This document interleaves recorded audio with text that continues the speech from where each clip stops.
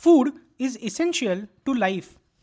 We all enjoy eating, but food is not just about keeping the body healthy or about satisfying the tongue.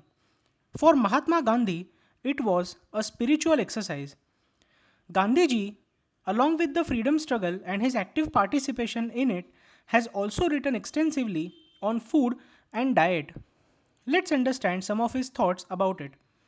For Gandhi, food was not merely nutrition, it was an ethical, spiritual, and a political act. Gandhi has written extensively about food, health, fasting, and the body's relationship with the soul, especially in his books like Key to Health, The Moral Basis of Vegetarianism, Diet and Diet Reform, Young India articles, and his letters. What did Gandhi believe about food? He said that food is a moral discipline. Gandhi believed that food influences both body and mind and thus moral character. He was convinced that restraint in diet, purified thought, increased willpower, and reduced passions. The body was never meant to be treated as a refuse bin, according to Gandhi. It was not supposed to hold the sweepings from the kitchen. He called overeating a kind of violence against the self.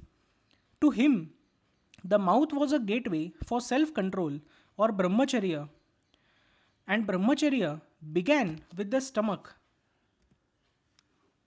He was also a vegetarian, but vegetarianism for him was not just about religion, it was more ethical. Gandhi was born into a Vaishnava family that avoided meat, but his commitment went far beyond tradition. It became a moral vow after reading Henry Salt's A Plea for Vegetarianism when he was in London in the 1890s. He wrote that to see life destroyed for the satisfaction of our palate is, I hold, clearly immoral. He also linked non-violence or ahimsa to diet. The greatness of a nation and its moral progress can be judged by the way its animals are treated. He viewed vegetarianism as an expression of reverence for life, compassion, and self restraint, not merely as religious orthodoxy. His experiments with milk and veganism are very popular. This is where Gandhiji gets fascinatingly radical. In his 30s, he took an oath to avoid milk, including cow's milk and buffalo's milk, calling it exploitation of animals. However, during illness in 1918, he was persuaded to take goat's milk, which he did reluctantly, later confessing that he had broken his vow. I could not bear the torture of the thought that I was a guilty party to the sufferings of cows. This is the quote that he has written, or it has been taken from his autobiography. Yet, when forced by weakness, he resumed goat's milk, calling it a compromise between duty to health and duty to animals. His diet was very minimalist. Its simplicity was a science. Gandhiji's diets were among the earliest plant based experimental nutrition plans. He measured calories, protein, and fat intake, corresponding with doctors, experimenting on himself, and meticulously recording the results. A typical meal of Gandhiji was roasted wheat or rice, vegetables and boiled greens, goat's milk, lemon or mango chutney, some fruit like banana, date, or orange, occasional groundnuts or peanuts for protein, and water. He did not consume any tea or coffee. He never took any spices except salt. He believed that raw food, which was uncooked or minimally cooked vegetables, fruits, nuts, was best for health and spiritual clarity.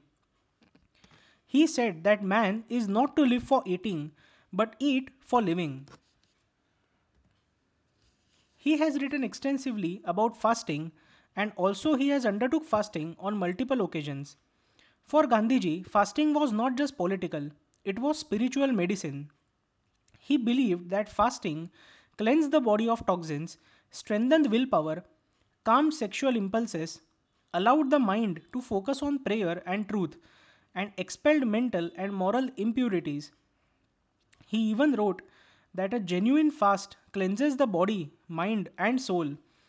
It crucifies the flesh and to that extent sets the soul free. He fasted for self purification, for penance, and for political purposes. Health as balance. This was his philosophy in his book Key to Health. Gandhiji's Key to Health, which was written in 1942, lays out his simple system of health. Fresh air and sunlight are the best medicines. Fasting is the best cure for most ailments. Nature cure like earth therapy, cold water baths, or mud packs work better than drugs. Proper elimination or bowel health is central to vitality.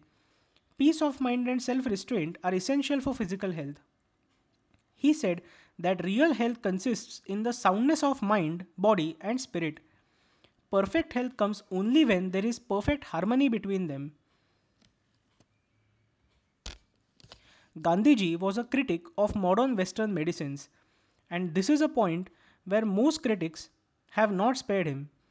Gandhi was skeptical and sometimes overtly so of Western medicine and hospitals. He saw them as enablers of moral weakness and gluttony. He believed that doctors kill by kindness, treating symptoms instead of curing through self restraint. This belief often put him at odds with doctors, including during his wife Kasturba's pneumonia, when he initially opposed penicillin to her. He eventually accepted modern treatment for himself in later years, but still viewed it as a last resort.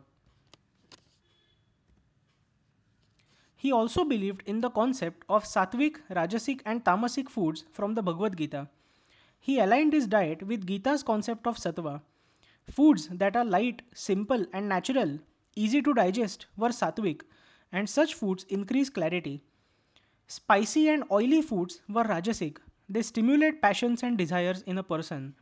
And rotten, overcooked, or stale foods are considered tamasic. They dull the mind. His diet was an extension of his spiritual practice, a way to make the body a pure instrument for the soul's work. The body is but a means to an end, and that end being the realization of truth. To summarize, Gandhi's health doctrine was based on natural practices, simple food, and non-violence.